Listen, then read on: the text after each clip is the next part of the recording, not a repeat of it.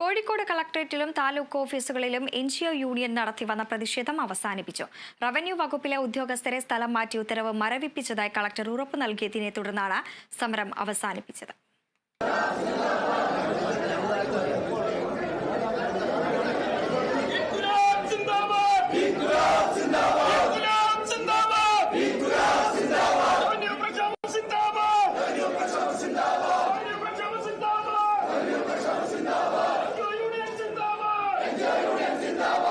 താമരശ്ശേരി താലൂക്ക് ഓഫീസിലെ 2 ഉദ്യോഗസ്ഥരെ സ്ഥലം മാറ്റിയതാണ് CPM, CPI സർവീസ് സംഘടനകളുടെ തമ്മിലടിക്ക് കാരണമായത്.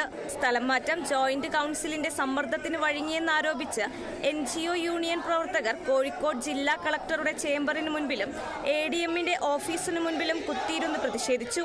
താമരശ്ശേരി, വടകര, കൊയിലാണ്ടി താലൂക്ക് ഓഫീസുകളിലും പ്രതിഷേധം അരങ്ങേറി.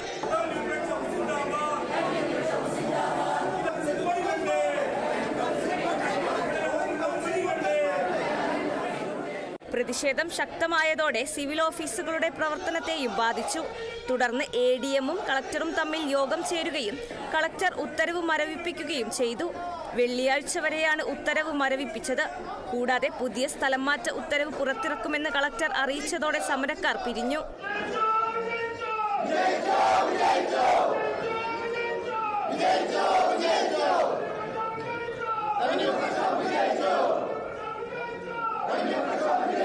Kerala vision news, Kozhikode.